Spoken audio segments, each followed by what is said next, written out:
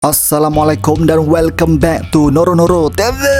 Jujutsu Kaisen 198 manga chapter review, chapter yang bertajuk Sakurajima Koloni bahagian 8. Alright, tanpa membuang masa, jom layan video ni bersama my best friendo, my brother Todo Boogie Woogie. Let's get it.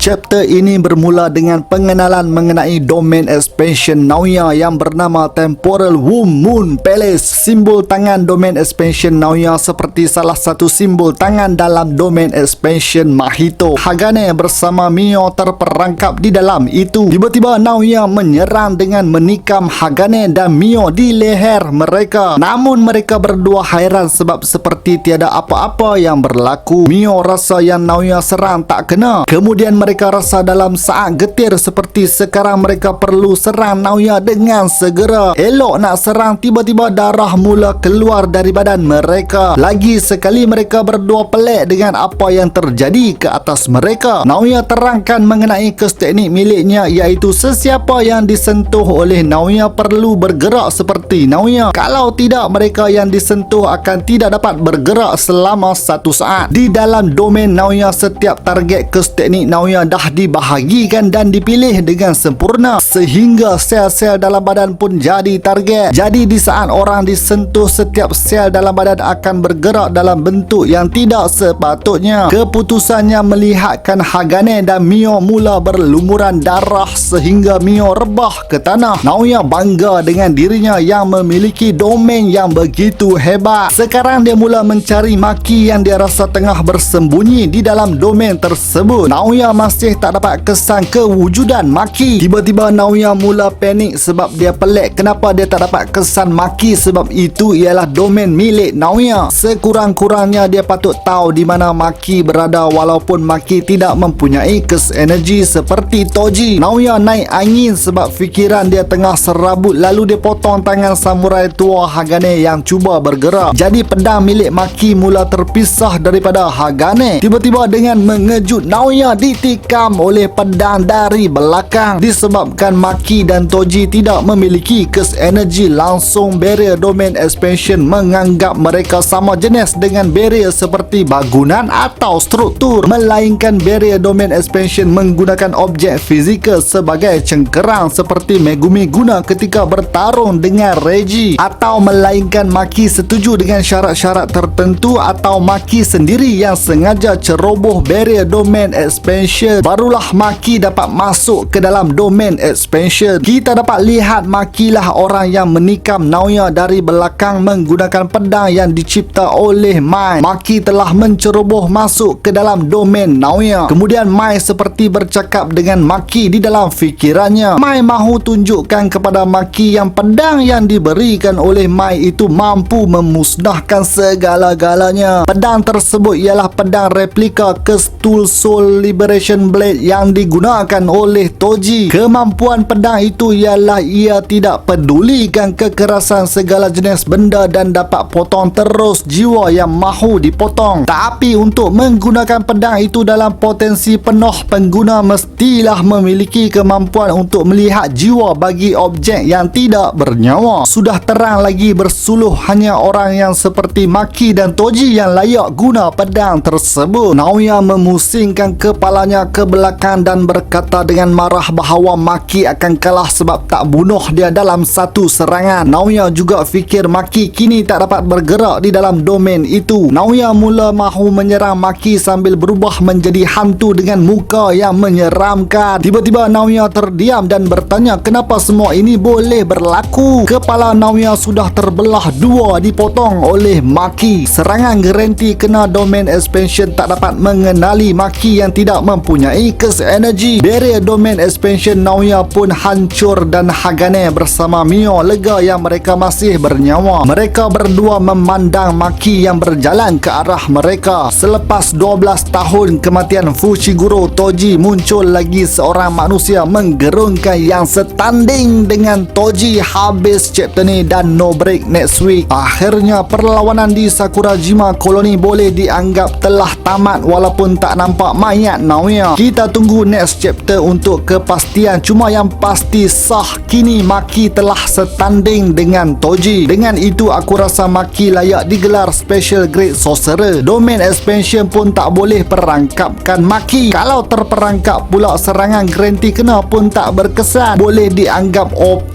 lah Maki, sebab Gojo dulu pun hampir mati berlawan dengan Toji, orang yang sama dengan Maki. Cara Naoya ditikam pun sama dengan Gojo ditikam oleh Toji. Untuk next chapter kita akan dapat penyudahan bagi Sakurajima Colony dan bergerak ke lokasi seterusnya yang aku rasa akan ditunjukkan juga dalam chapter seterusnya. Alright gang, sampai sini saja video aku. Komen pendapat anda mengenai chapter 198. Macam biasalah geng, jangan lupa untuk like, share dan terima kasih kepada yang dah menjadi sorcerer. Kepada yang belum subscribe, come on man, join the family, subscribe. Jumpa lagi di episod seterusnya. Noro TV.